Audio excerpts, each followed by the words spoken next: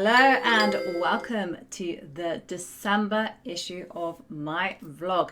Now, I was originally going to talk about my experiences at the Rest of the World versus Poland match.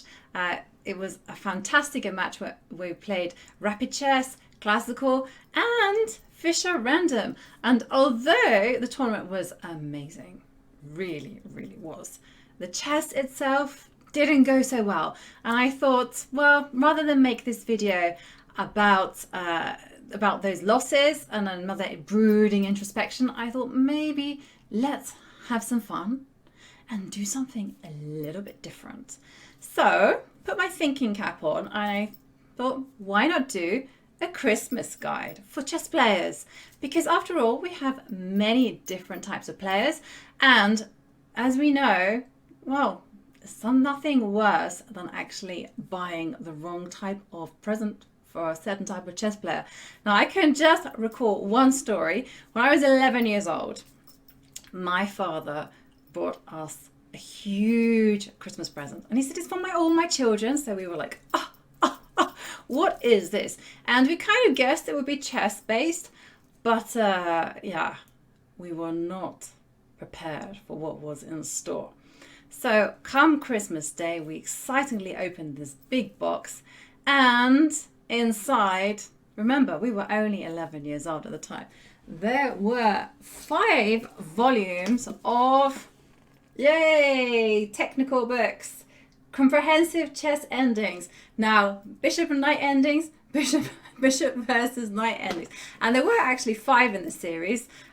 There's a queen, and there was pawn and rook endings, and we were just looking at these books and going, yeah, you know, you could have bought us something slightly less technical.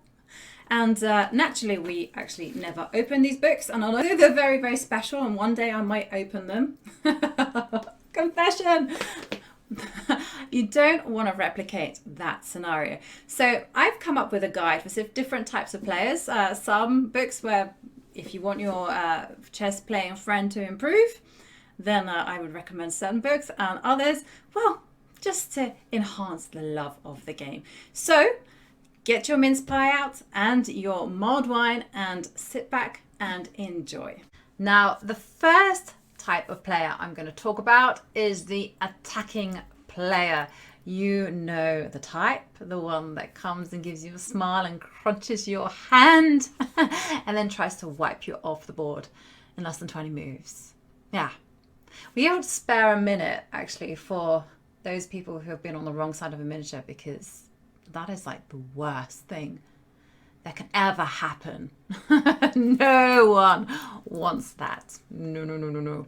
Anyhow, these attackers, they actually have a very gifted sense of intuition. They know when to attack. They know how to harmonize their pieces, and they know how to attack your weak spots. It's actually quite impressive. One thing that they are not so good at, it's just my experience, they are not so good at calculation. And a book like this, Grandmaster Preparation, is by Jakob Aagaard, is probably not going to go down well with your attacking friends. However, their chess results will improve.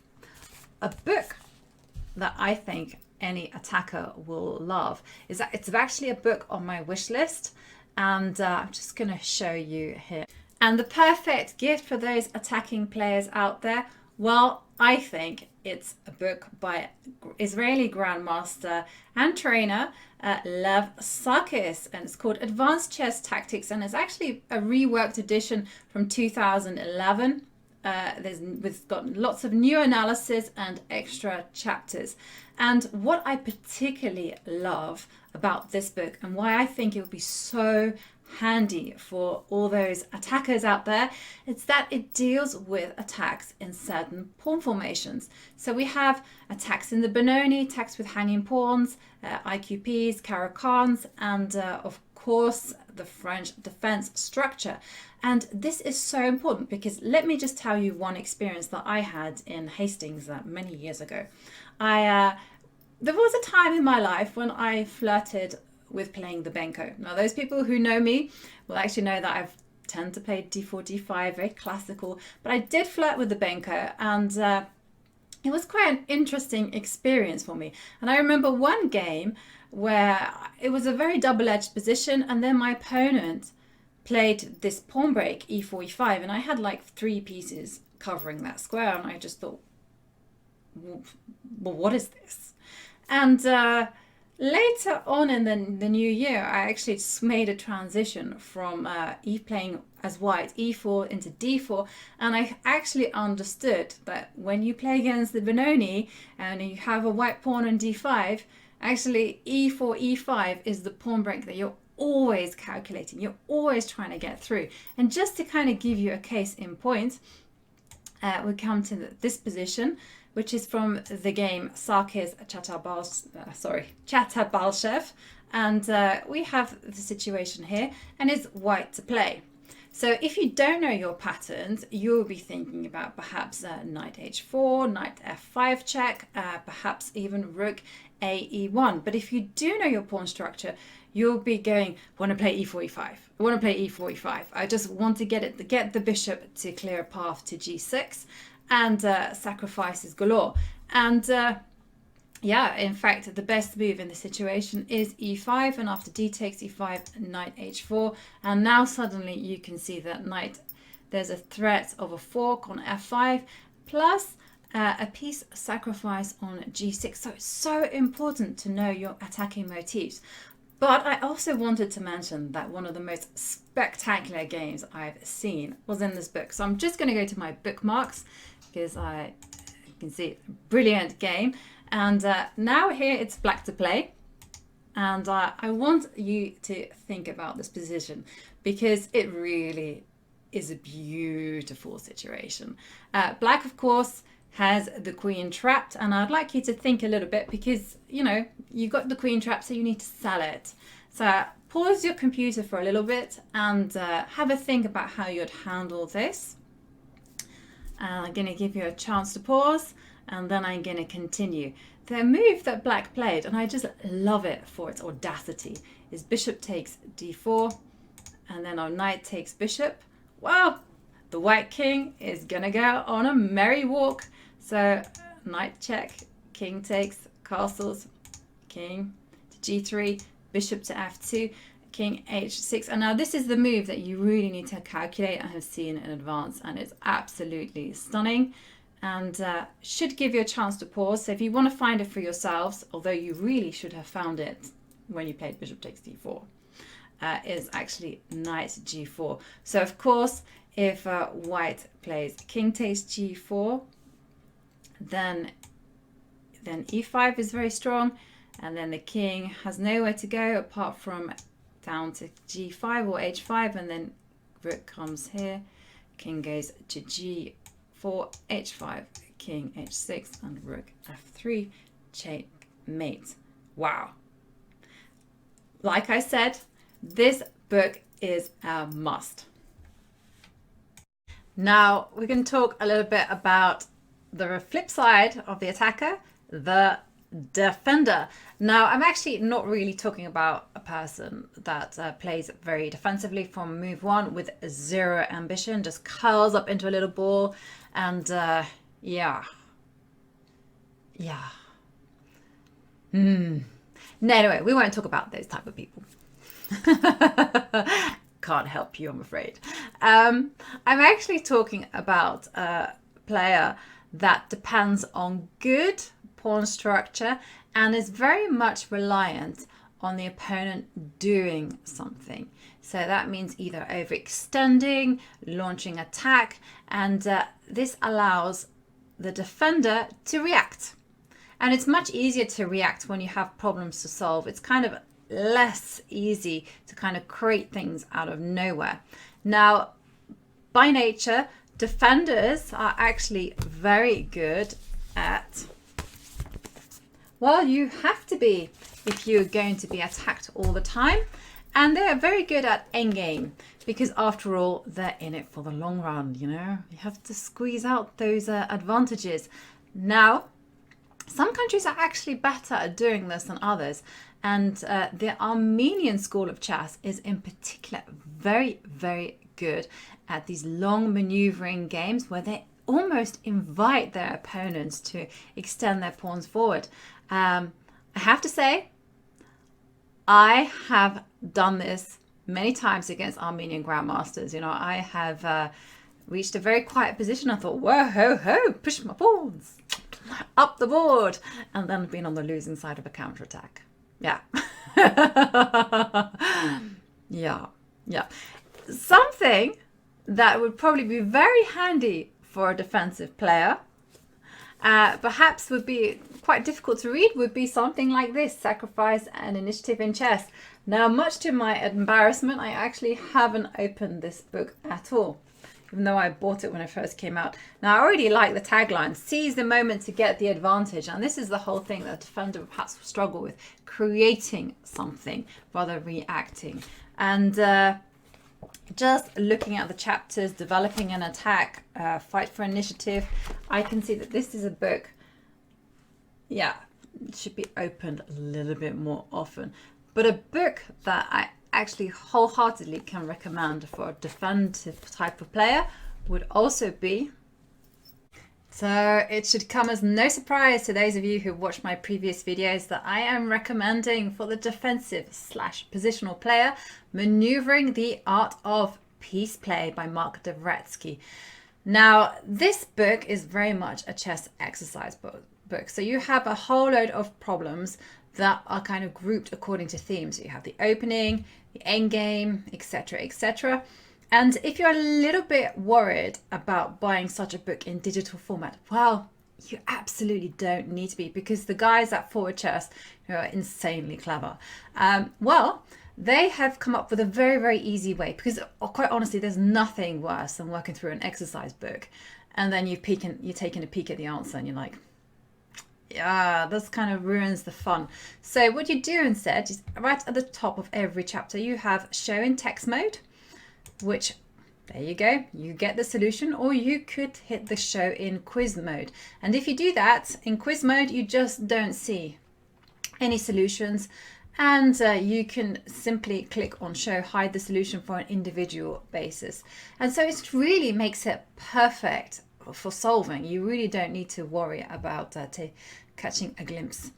Now, I was just going to talk a little bit about this position. There you go. Just to kind of show you why I like this book so much. So here you kind of have a very normal position. White's pieces aren't particularly well placed. And what I notice is that the center is very, very stable. There's no tension there. There's no even threat of immediate tension with f2, f4, or black threatening to go f7, f5. And so it's kind of, the time is right for maneuvering. And white would love to maneuver a knight to f5. Would be good.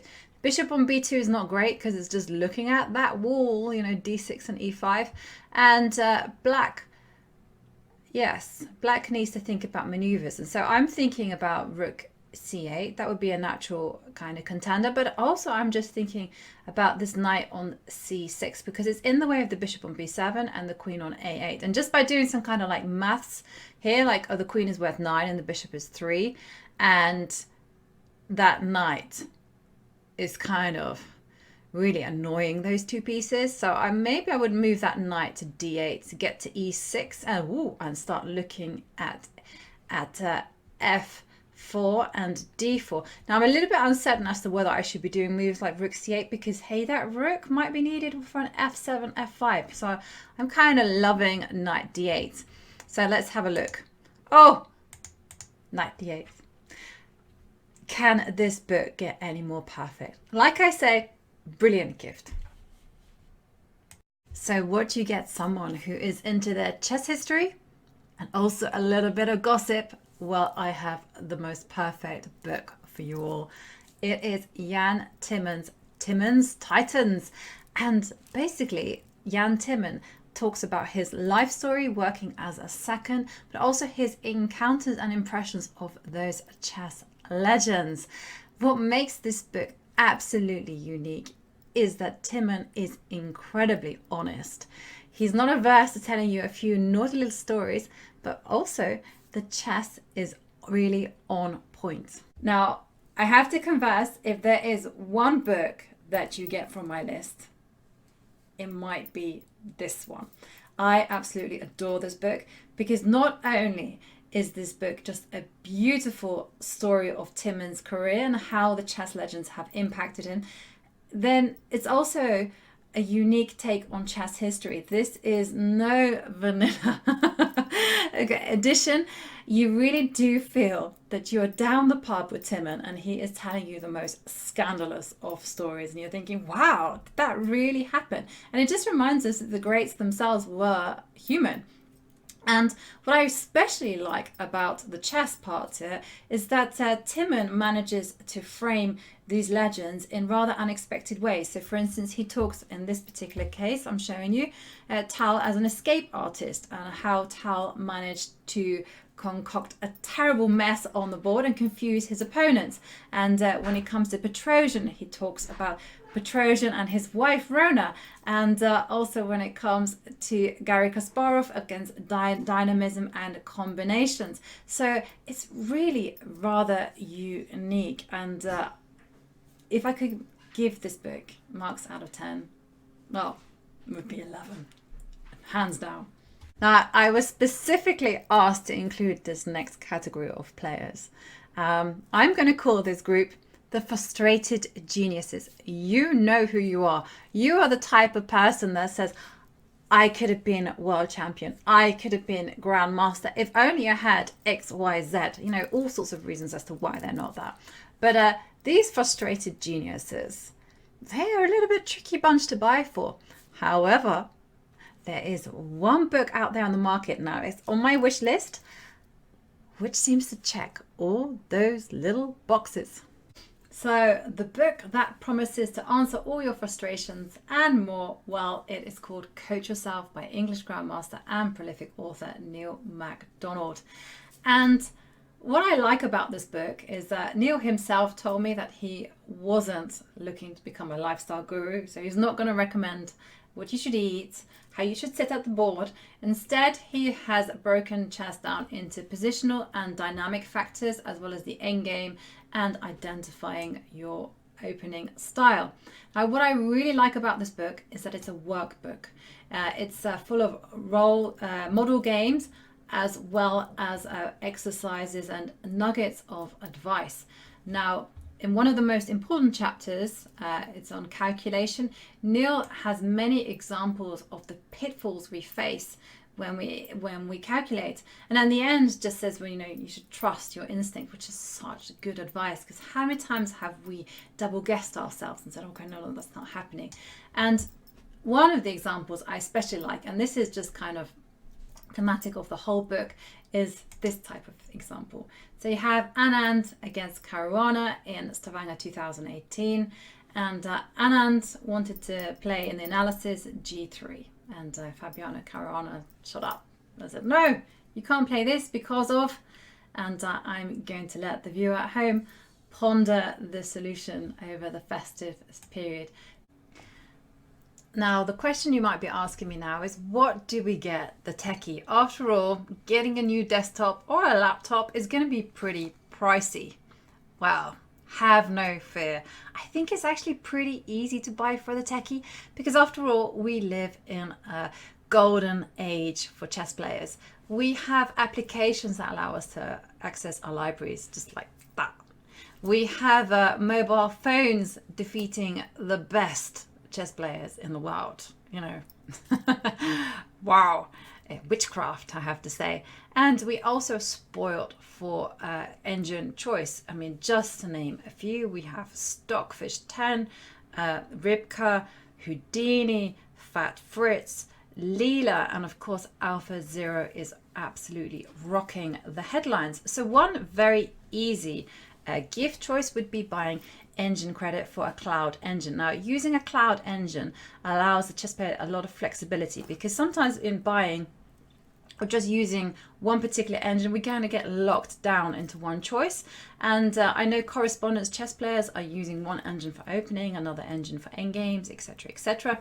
And using a cloud engine allows us to access really strong engines just for next to, well, not so much money. I do know that certain friends of mine have actually run their repertoires through cloud engines, and yeah, they're very dangerous opponents, shall we say. And if you're looking for more kind of book kind of choice, then of course this next book, ECF Book of the Year, it's going to be a no-brainer. You must have it in your library, and it is Game Changer by Matthew Sadler and Natasha Reagan. And they are talking about AlphaZero, the AI that taught itself chess in a matter of hours and defeated Stockfish very easily in a rather spectacular match. Now, this book, as well as showing AlphaZero's games, it also talks about the way AlphaZero thinks. It has an interview with DeepMind's founder, Demis Hassabis. And yeah, I mean, it's just absolutely, we haven't ever come across a being like this, so to speak. You know, AlphaZero doesn't just think in terms of brute calculation. It thinks in terms of peace, mobility, space, harmony, and in percentages. You know, what is the percentage that white is going to win this position? Brilliant stuff. And I also really like this book because it's not just the games of AlphaZero. It is also interspersed with nuggets of advice. For instance, it just says, you know, Anand is good with knights, and it shows a game by Anand. And I think that kind of information just actually like leads you into the right direction when you're studying, because if you don't know this, then you wouldn't necessarily look to Anand at for certain things, or to Magnus Carlsen or Fabiano Caruana. And so I recommend this. I also recommend this book if you're, like me, a little bit demoralized with your chess. And this is a little bit of a nod to the authors themselves. They're good friends of mine, and I have to say, their YouTube videos are the most enthusiastic and inspiring videos I have ever watched. My personal favorite actually is the Rook Pawn Symphony, which I love this game because AlphaZero is playing on the black side of a Queen's Gambit exchange variation, which is normally a very dry strategical position. And AlphaZero not only manages to whip up a kingside attack, but uses a fantastic concept of using the A-pawn as a decoy. I mean, I was on the verge of giving up the Queen's Gambit, declined. And then when I saw this game, I thought, no, I have to try to replicate this in one of my games at some point. So, yeah, demoralized about your chess? This is one to watch. I just wanted to quickly mention two books that are very much influenced by chess and set in the chess world, but actually aimed for the general public. The first book is by Scottish Grandmaster Jonathan Rowson, The Moves That Matter, and it's his personal story of how he got into chess, how chess helped him, and his career choices afterwards. It's very philosophical in nature, very inspiring, beautifully written. I must admit I can't stop highlighting passages because, wow. And the second book, well, I can't really do a gift guide without recommending my own chess novel, The Mating Game, which is a romance, and it's based around a heroine, Ivana Jones, who is an international master, and she's trying to make it and become a grand master. Now, she's strong and independent, and she has a very adventure, drama-packed personal life. And people have asked me, actually, is the novel based on my own story? And well, if you read the book, you'll find out there's quite a few differences, although, you know, she has a Nordic love interest and I'm living in Norway now. But yeah, there's no billionaire knocking on my door, shall we say. It's designed to be very easy to read and basically a little bit of fun. So I have thought long and hard about my next group of players, and it's been a bit of a struggle to come up with something, but I think I've managed it. What do you give the time travel addict? You know the type of person. They're always coming to the playing venue late. They're always making you wait for them. And they're always getting in the most ridiculous time scrambles where they're giving the friends, the family, the teammates, the spectators terrible palpitations. Yes. Well, I've decided that if you can't overcome the problem, well, then you should embrace it. And the time travel addict clearly loves the pressure of the clock. So why not gift them this pressure on a daily basis, right? And to do this, I think you should gift them a metronome.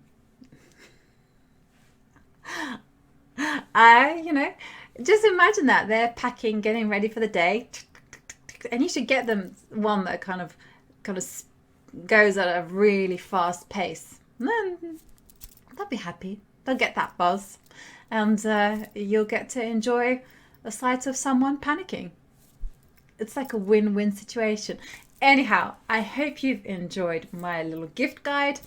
And I'd just like to wish you all a very Merry Christmas and a Happy New Year. And I will see you in the next decade.